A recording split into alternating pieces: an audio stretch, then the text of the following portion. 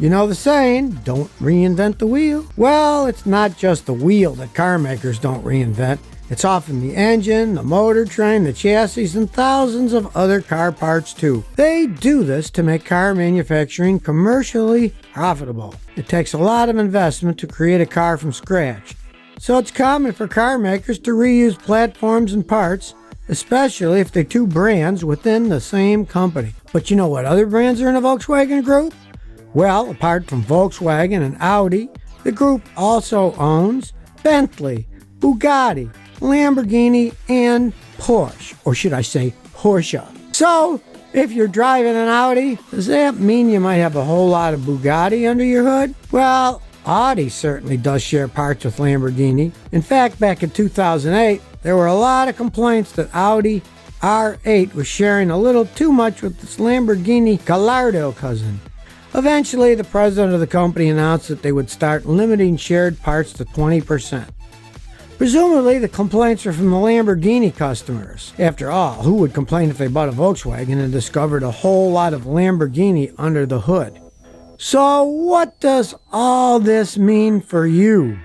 Well, like we said, it might mean your car is a little Bugatti under its hood, which is great. It also means you probably don't know who made the car you're driving. The trend for car companies to buy other car companies or form alliances or partnerships is not new. Car companies have been sharing or copying technology since cars were first invented. Cadillac's first car, the 1903 Model Runabout, was virtually identical to the 1903 Ford Model AA. That was because Henry Ford had a fight with his original backers and left the company. But he left behind the almost ready for production car he was working on.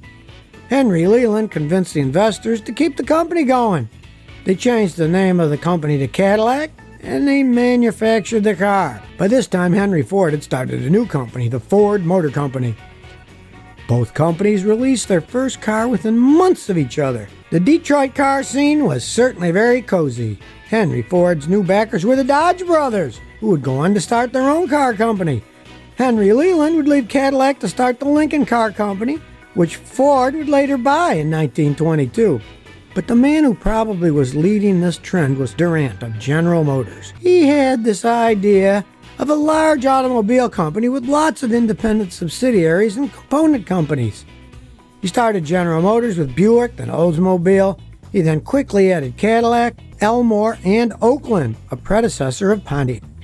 In 1908, GM were already using a single chassis for 3 different brands. Later, Chrysler would do the same for Plymouth, DeSoto, and Dodge cars. Toyota started their car company by copying the DeSoto in 1937. Kiichiro Toyota realized he would never catch up to the American car companies if he started from scratch. But once he got going, he set the company on the path of innovation.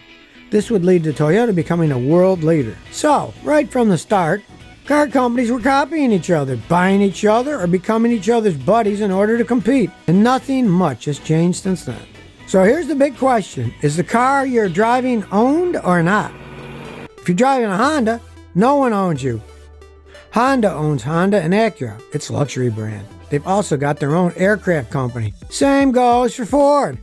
It's just Ford and Lincoln, which Ford bought from Henry Leland in 1922. Over the years, Ford owned or had major stakes in Volvo, Jaguar, Land Rover, Mazda, Mercury, and Aston Martin. But all these brands were either sold or shut down. So now it's just back to Ford and Lincoln. Of course, this doesn't absolutely guarantee your Ford is made by Ford. When is a Ford not a Ford? When it's a Fiat. Here's the Ford, here's the Fiat. Can you tell the difference? The reason they look so similar is that they're built on the same platform. They share about 80% of the same components, and both are built in the same Fiat factory in Tychy, Poland. Ford wasn't planning to manufacture too many of these cars, so they went into partnership with Fiat. Now, if you're driving a Dodge, things get even more complicated. It's unlikely your Dodge was manufactured before 1928. If it was, then it was made by Dodge. Pure and simple. After the Dodge brothers died, the company was bought by Chrysler. This purchase made Chrysler grow 5 times its size overnight. It became the 3rd biggest car company in Detroit, after General Motors and Ford. Then, between 1998 and 2007, Chrysler was bought by Daimler-Benz, a German company often referred to as Mercedes. Then, in 2014, Dodge, as part of Chrysler, was bought by Fiat, an Italian car maker, founded in 1899, so it's one of the oldest car companies in the world. The group became known as the Fiat Chrysler Group. Currently, they've got Fiat, Ram, Chrysler, Jeep, Alfa Romeo, and Maserati under the hood. Confused already? Let's just say if you're Dodge or Jeep, you've got a very big family with lots of step-siblings. Up until 2016, Fiat also owned 90% of Ferrari. How about Subaru? Owned or not? Well, let's first start with your real name. It's Fuji Heavy Industries. Secondly, you're not fully owned by anyone, but you're 20% part Toyota. That's why Subaru will stop producing mini cars for the Japanese market quite soon. They'd rather get them from Toyota's subsidiary, Daihatsu, which brings us to Toyota. No one owns Toyota, but Toyota has their fingers in a few car makers. Toyota owns Daihatsu, 20% of Subaru, 5% of Mazda, 5% of Suzuki, and 2.8% of Yamaha. Toyota acquires about a 3% stake in Tesla as the automakers partner up to develop electric cars and develop production systems. They also have a shipping company, Toyo Fuji Shipping. We're not going to go into all the other bits and pieces like parts and steel companies they own, but it's worth mentioning they own 2.8% of Panasonic and then 34% of Nagoya Broadcasting Network. Back up a second. Did we say Toyota isn't owned? We need to correct that. Actually, Mazda has a 0.25% stake in Toyota, and Suzuki has a 0.2% stake. The two companies exchanged small stakes as a sign of their partnership. Toyota recently also partnered with BMW to build the engine for the 2020 GR Supra race car. Supras traditionally had straight six engines, but Toyota didn't build engines like that anymore. So they partnered with BMW to make the production of the Supra commercially viable. Toyota also has an alliance with Tesla, who also has an alliance with other car companies over the years. Many car companies don't become family. They just become friends. The Renault-Nissan-Mitsubishi alliance began in 1999. It's a cross-sharing agreement. Then they extended the friendship group to add Daimler, Chinese Dongfeng, and Russians Avtovaz. If you're driving a Land Rover or Jaguar, you were owned by Ford until 2008. Now you're owned by Indian car maker Tata Motors. Tata Motors started out in the commercial car industry by forming a partnership with Daimler-Benz. They entered the passenger vehicle market in 1991. In India, Tata has a joint venture with Fiat, which gives them access to Fiat's diesel engine technology and transmission technology. We've mentioned the Daimler-Benz name a few times already. Carl Benz patented his invention in 1886. Benz merged with Daimler back in the early 1920s. Then they merged with Chrysler. Currently, the company owns Mercedes-Benz and smart microcars and subcompacts. If you're driving a Mini, then you're owned by BMW. BMW also owns another iconic British car maker, Rolls-Royce. BMW was already supplying Rolls-Royce with engines by the time it purchased the brand in 1998, after a strange bidding war with Volkswagen. Things changed so much in the world of car makers, and who knows who will be buying or selling who next. Believe it or not, modern car companies artistically develop and enhance the sounds that their cars produce. That's because many consumers care how their cars sound.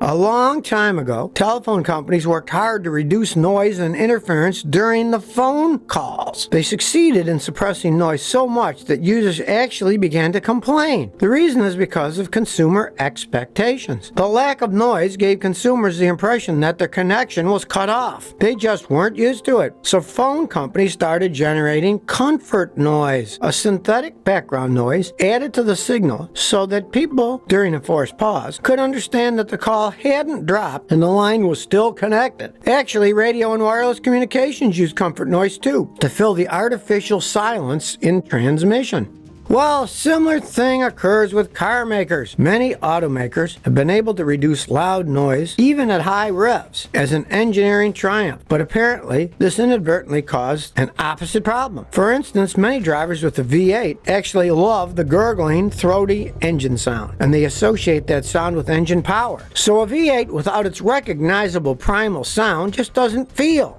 like serious muscle, but more like a car gone soft. Car makers picked up on that, and they realized that the sound of a car inspires drivers' perception of power. In fact, we can see this directly in the electric vehicle market. Initially, drivers and pedestrians were enthused that electric cars were so quiet and had no engine noise. It was something EV companies were proud of, but eventually it became a safety concern because now it was so quiet that pedestrians couldn't sense when a car was nearby. That's why car makers had to artificially design sounds, and now you have electric cars that generate fake engine sounds through hidden speakers, even at low speeds. Sounds like a fun job to design sound. Makes me wonder how sound engineers even approach the task. Take, for example, the creators of the plug-in electric sedan Fisker Karma, 2011 to 2012. They equipped the car with an artificial sound that was futuristic and sci-fi, something between the sound of a spaceship and an F1 car. Another example is Nissan. For the Nissan Leaf, the company invited specialists from Hollywood to design a sound similar to the car sound in the cult film Blade Runner. I mean, if engine sounds are fake, then you might as well make them fun. So you can see how car sound design has become a science and art of its own. They're literally producing mechanical symphonies. In almost any popular sedan or pickup, car makers carefully tune the sound, whether digitally or by manipulating parts like a muffler, pipes, or insulation materials. There was a lot of buzz, for example, when the fairly quiet 2015 Ford Mustang EcoBoost faked engine noise via stereo using its active noise control system. One of their ads mentioned that the V8 engine had long been considered the mating call of the Mustang, but that the new sound processing and amplification system delivered a more graceful growl and low-frequency sense of omnipotence. At the same time, Ford consulted with different motors forums to get feedback on sound concepts that motorists found most appealing. Volkswagen uses a special vehicle audio system called Soundcar. It's German for sound actuator. The system simulates engine noise in the cabin of some Volkswagen cars. It was introduced in 2011 on a VW's Golf GTI and has also been used in the Jetta GLI and Beetle Turbo. People have described the sound generated by their system as fuzzy, fizzy growl. In 2009, Lexus hired Yamaha to create acoustic design for the engine of the Lexus LFA. The goal was to generate dramatic acoustics of a high-grade engine, which consumers expected from a mass-produced sports car. BMW was one of the first brands to introduce artificial engine and exhaust sound into the cabin. Later, they added a feature to its performance cars, adjustable engine noise. Most new performance BMWs come with 4 different settings for the fake engine noise: sporty, balanced, reduced, and one additional setting that changes the engine sound based on driving mode. Well, all this says one thing: how a car sounds matters.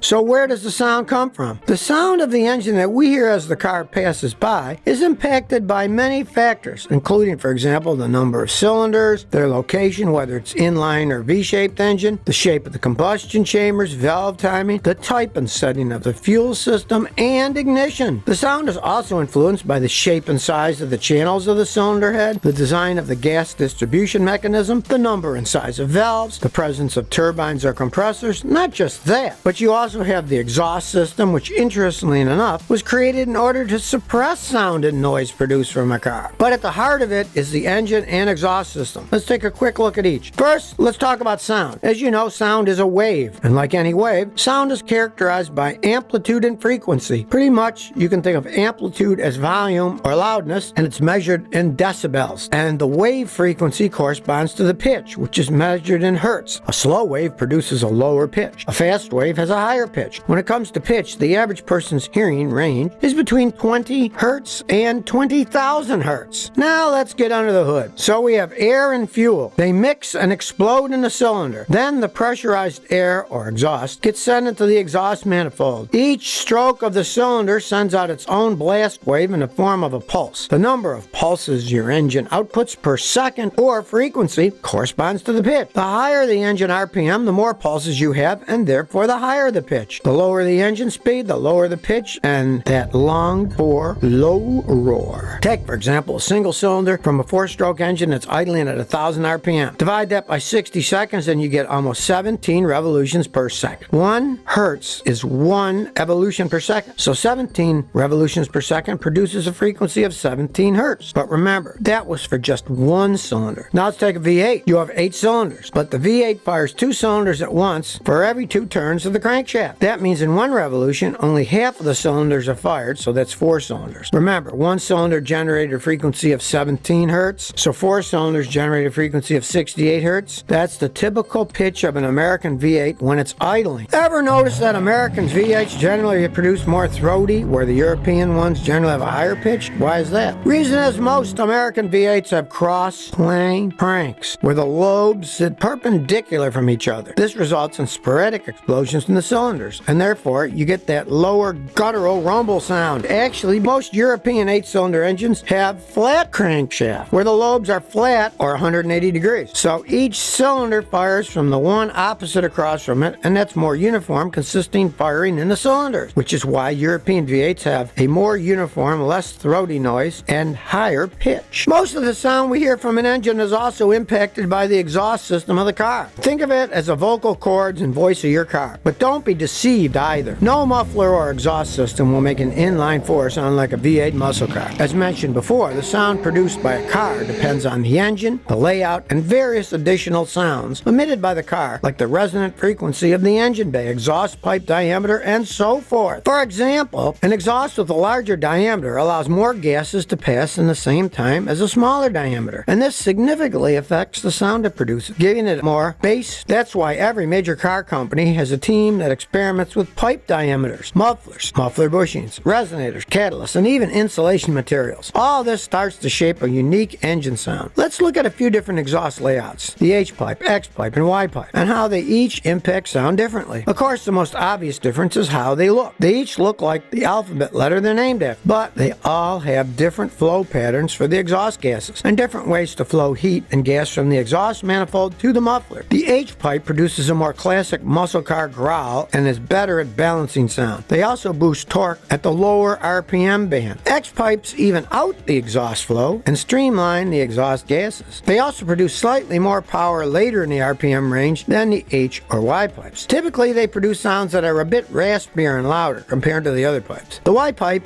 is a setup where 2 exhaust pipes merge into one. As a rule, the larger diameter pipe is used after the coupling. You can see Y pipes in older stock V6 Mustang, but if you want to boost power and efficiency of your car's exhaust flow, you should consider upgrading to a dual setup to increase airflow. So there you have it. Car technology isn't just about how it operates, but it's also driven by how it sounds on the road and inside the cabin. Sound is subjective to consumer demand. That's why each car has its own crafted and unique voice, both inherent and artificial. It's a whole bunch of science, math, and music that goes into crafting a sound. You might have heard of the movement called skeuomorphism, which is the design concept of making something digital or virtual mimic the conventional real-life counterparts and how they appear or how the user interacts with them. It's like how a calendar app on your phone can be designed to look like an actual paper calendar. Well, anyway, we see car makers taking skeuomorphic audio to a whole new level. What do you think? Share your voice. Comment below and let me know your opinion on what's your favorite car sound and why. If you like this episode, please subscribe to my channel for more videos on car technology and history. Thanks for your support.